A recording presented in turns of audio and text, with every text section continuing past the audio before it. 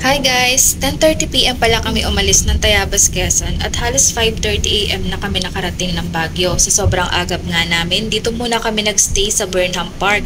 DIY nga lang pala ang travel namin ito mga mi. Yung taho sa Burnham Park, 50 pesos yung original tapos 60 yung strawberry flavor.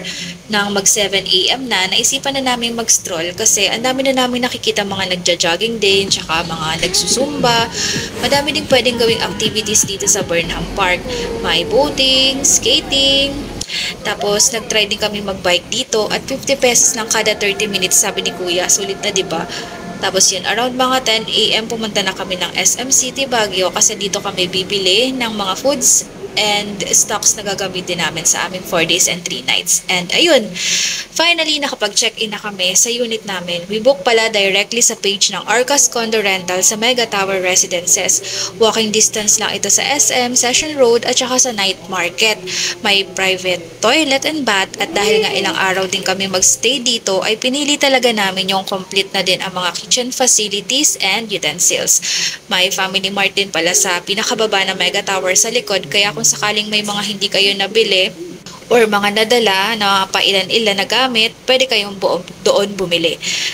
Day 2, 8:30 a.m. kami nakaalis sa unit namin at mga 30 to 35 minutes lang depende sa traffic ay narating na namin ang Strawberry Farm sa Trinidad, Benguet. Nung time nga lang napunta namin ng November mga mima, kakaunti pa lang halos yung mga nakita namin bunga ng strawberry kasi parang March, April, May yung pinaka-peak season nila. Bumili na lang kami ng mga strawberry na nakatab at grabe ang sarap ha. Sulit na sa 250 pesos, matamis siya at saka fresh na fresh. Saka mas matagal ang naging shelf life ng mga nabili naming strawberry na galing dito. Wala nga palang entrance fee dito mga mima. After Strawberry Farm ay sa Igorot Stone Kingdom naman ang next namin. 100 pesos ang entrance sa adult at 80 pesos sa mga senior at yung mga 4 to 12 years old. Free naman sila sa 3 years old and below. We had our lunch sa Farmer's Daughter Restaurant. Malapit ito sa Tamawan Village. Marami rin kumakain dito ng punta namin at ang pinaka na-enjoy ko talaga sa mga in-order namin ay yung parang bulalo nila. Check nyo na lang yung menu. Ilang hakbang lang mula sa Farmer's Daughter Restaurant ay narating na namin ang Tamawan Artist Village. This place is good for someone who loves art and history, where I do include myself in loving arts. Actually, hindi na namin nalibot yung buong place and umabot lang kami sa mga paintings kasi medyo umambo na doon. At namagod na rin yung mga kasama namin bata. But these paintings are good enough na. May mga cafe din kaming nakita dito, pero dito talaga ako namangha sa mga paintings na gawa ng mga local artist nila.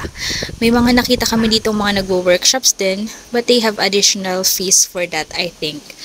Entrance fee dito is 60 pesos sa adult, 40 pesos sa senior and PWDs, 30 pesos sa children, 10 years old and below, at free entrance fee naman sa mga toddler, 3 years old and below. After namin dito ay dumiretso na kami pababa sa Old Diplomat Hotel. Maaga pa naman, maaraw pa, kaya hindi naman masyadong creepy. Alam nyo ba na ang Dominican Hill Retreat House na mas kilala bilang Diplomat Hotel ay isang inabandonang istruktura sa taas ng Dominican Hill. Ito ay naging isang rest house at isang seminary noong 1911 bago ito binuo bilang isang paaralan at kalaunan isang hotel. Sa kabila ng mga pagkasira, ito ay nananatili bilang isa sa pinaka-panoramic at kaakit-akit na lugar dito sa Baguio. Noong 1973, binago ito at ginawang isang hotel sa pamamagitan ng Diplomat Hotels Incorporated. Simula nung namatay daw si Tony Agpawan noong 1987, itinigil ng hotel ang operasyon nito at pansamantalang isinara sa publiko. At noong 2005, nilipat na ang pagmamayari nito sa lungsod ng Baguio. O diba, may trivia tayo mga mima. Tinagalog ko lang yung nakalagay dun. Kasunod naming pinuntahan ay ang Mirador Heritage and Eco Park. This is one of the newest destinations in Baguio City and ilan sa mga lugar dito ay base sa mga known tourist destinations in Kyoto, Japan. Isa na yung Bamboo Grove at yung Torii Gate sa Mirador Peace Memorial, yung maraming pila kapag peak season. Ang entrance fee nga pala dito mga mima bago ka makapasok dun sa may iconic picturean nga nila na Torii Gate is 100 pesos sa pagkakaalala ko. So, ayan, bago matapos ang gabi ng aming day 2 here in Baguio, sumaglit na muna kami sa night market habang tulog pa yung mga bata. Salitan na lang yung punta namin para may tagabantay din sila. Bumili lang naman kami ng mga pagkain dito at stroll-stroll lang ng konti.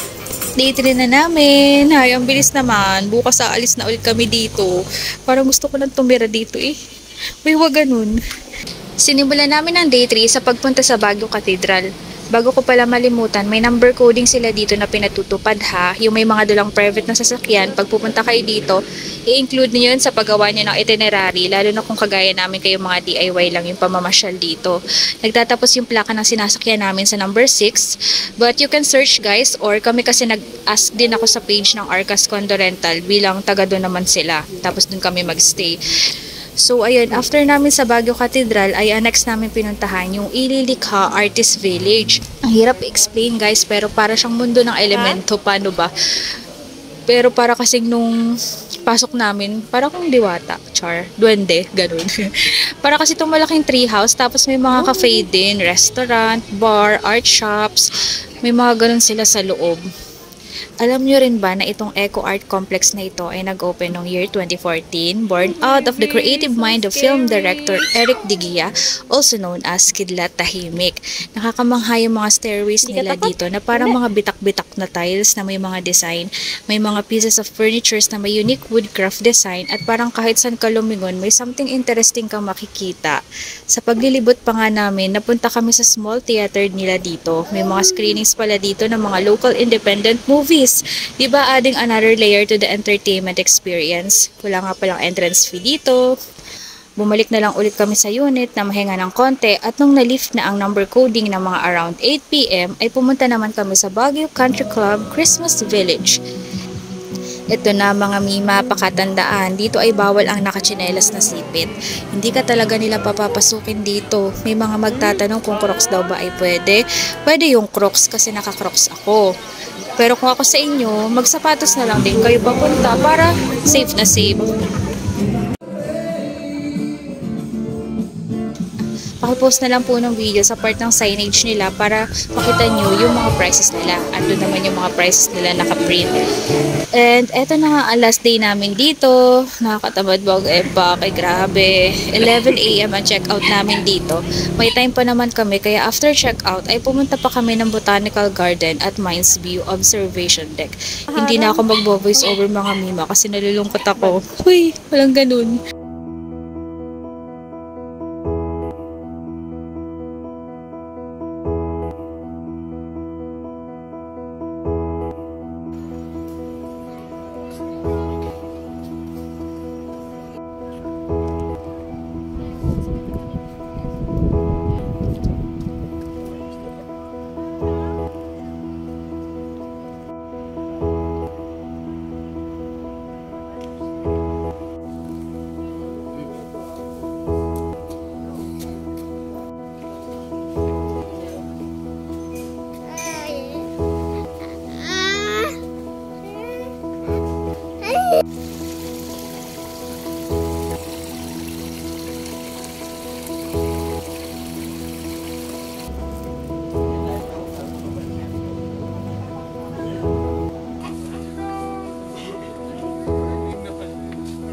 Habang nagbabiyahe kami pa uwi, nagpe-play sa utak ko yung Heaven Knows ng Orange and Lemon. Yun lang, bye-bye!